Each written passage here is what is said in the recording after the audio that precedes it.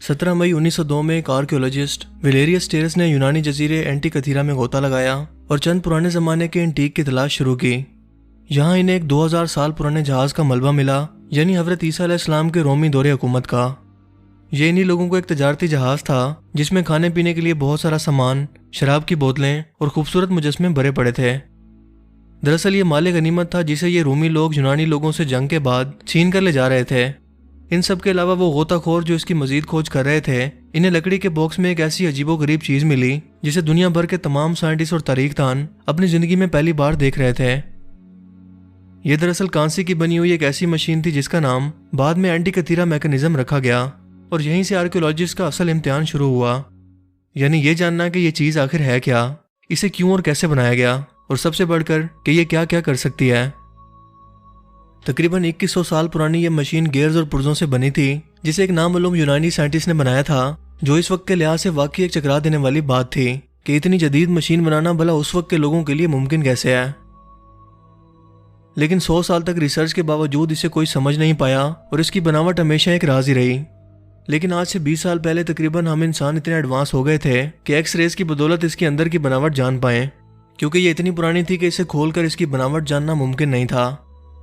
लिहाजा एक खास तरह की एक्सरे मशीन जो सिर्फ इस वक्त बरतानिया में मौजूद थी, इसे यूनान के म्यूजियम एथेनस में लाया गया, जहां हिफाजती तौर पर इस मशीन का एक्सरे बनाया गया और इसकी बनावट और समझ ने साइंटिस्ट को चकरा कर रख दिया, क्योंकि ये मशीन दरअसल दुनिया का पहला एनालॉग कंप्यूटर था जिसमें 47 अलग अलग गेयर्स मौजूद थे और ये बिल्कुल परफेक्ट तरीके से जुड़े हुए थे और सही स्पीड पर सेट थे।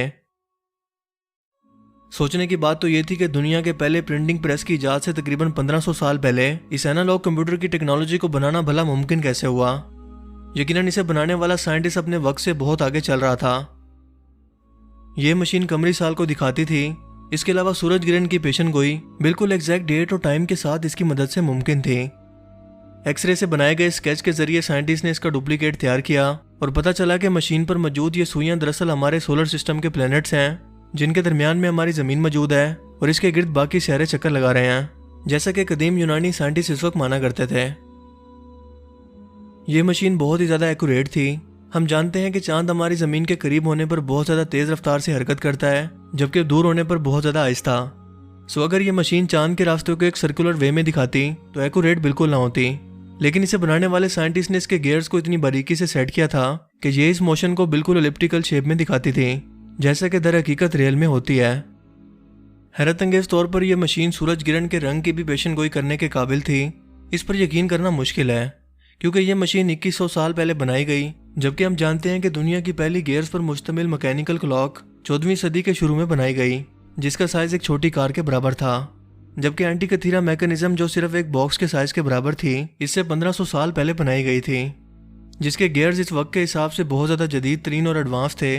इस कदर एडवांस कि आजकल भी कुछ साइंटिस्ट को ना सिर्फ शक है बल्कि यकीन है कि यह किसी एलियन की बनाई गई कोई मशीन है।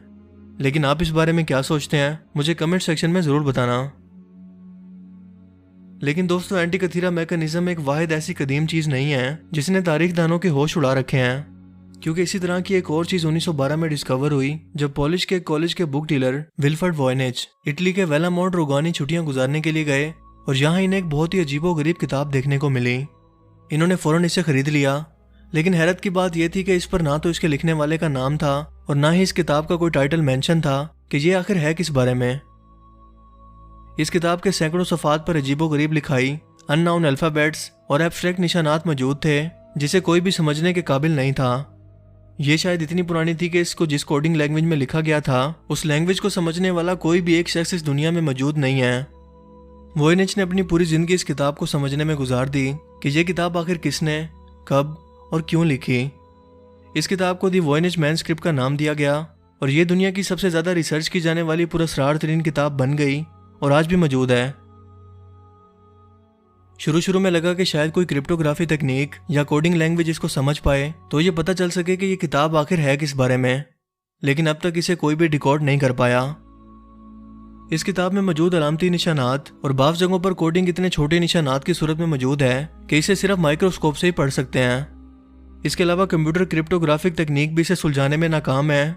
इस किताब को लिखने में जो कोडिंग का इस्तेमाल किया गया वो बहुत ही महंगा था और ऐसा सिर्फ इसी सूरत में होता है जब कोई ऑथर कोई स्पेशल चीज़ को लिख रहा हो या इस नॉलेज को बहुत कीमती समझकर इसे लंबे अरसे तक महफूज रखना चाहता हो। इसके 260 सफ़ों पर किसी एक जगह भी गलती की गुंजाइश नहीं है। सन 2000 में इसके सफ़ात के रेडियो कार्बन डाटा ने हमें यह बताया कि इसे 14वीं सदी के आसपास लिखा गया, जिसमें बरहना औरतों की अजीबोगरीब तस्वीरें, पौधों की तस्वीरें और कई कुदरती सिंबल्स भी शामिल हैं जो आमतौर पर एग्जिस्ट ही नहीं करते। जिससे यह बात तो साफ हो जाती है कि इस किताब को लिखने वाला ऑथर ये बिल्कुल नहीं चाहता था कि इसे कोई और भी पढ़े। इसीलिए इसे इस कोडिंग लैंग्वेज में लिखा गया और ये दुनिया की सबसे पुरस्कार तरीन किताब बन गई।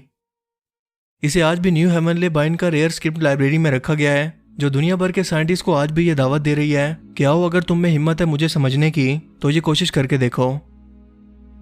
हर साल कई नए स्कॉलर्स इसको समझने के लिए मैदान में आते हैं, लेकिन उनके हाथ नाकामी के सिवा कुछ नहीं आता। तो दोस्तों, आपको क्या लगता है कि इसके अंदर क्या कोई ऐसा खास इल्म हो सकता है जिसकी वजह से इसे कोडिंग लैंग्वेज में लिखा गया, या फिर दरअसल ये इतनी इंपॉर्टेंट है ही नहीं जितना हम इसे समझ रहे हैं।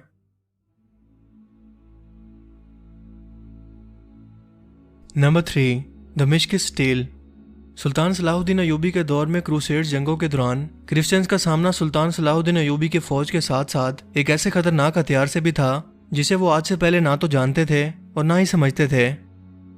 सुल्तान सलाहुद्दीन अयूबी की फौज की तलवारें दमिश्क स्टील से बनी थीं। ये बेहद ताकतवर, फ्लेक्सिबल और मजबूत तरीन थीं।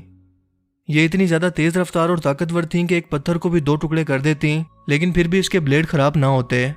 इस स्टील को अलग अलग हीटिंग और कूलिंग तकनीक से बनाया गया था और इसकी तैयारी के दौरान लकड़ी, स्टील और कोयले का इस्तेमाल किया गया था, जिस पर आम तलवारों का बिल्कुल भी बस नहीं चलता था। कहा जाता है कि इसे बनाने वाला आखिरी लोहार सन 1700 की दिहाई में मर गया था, जिसके बाद इसे बनाने का नुस्खा आज किसी के पास भी नहीं है।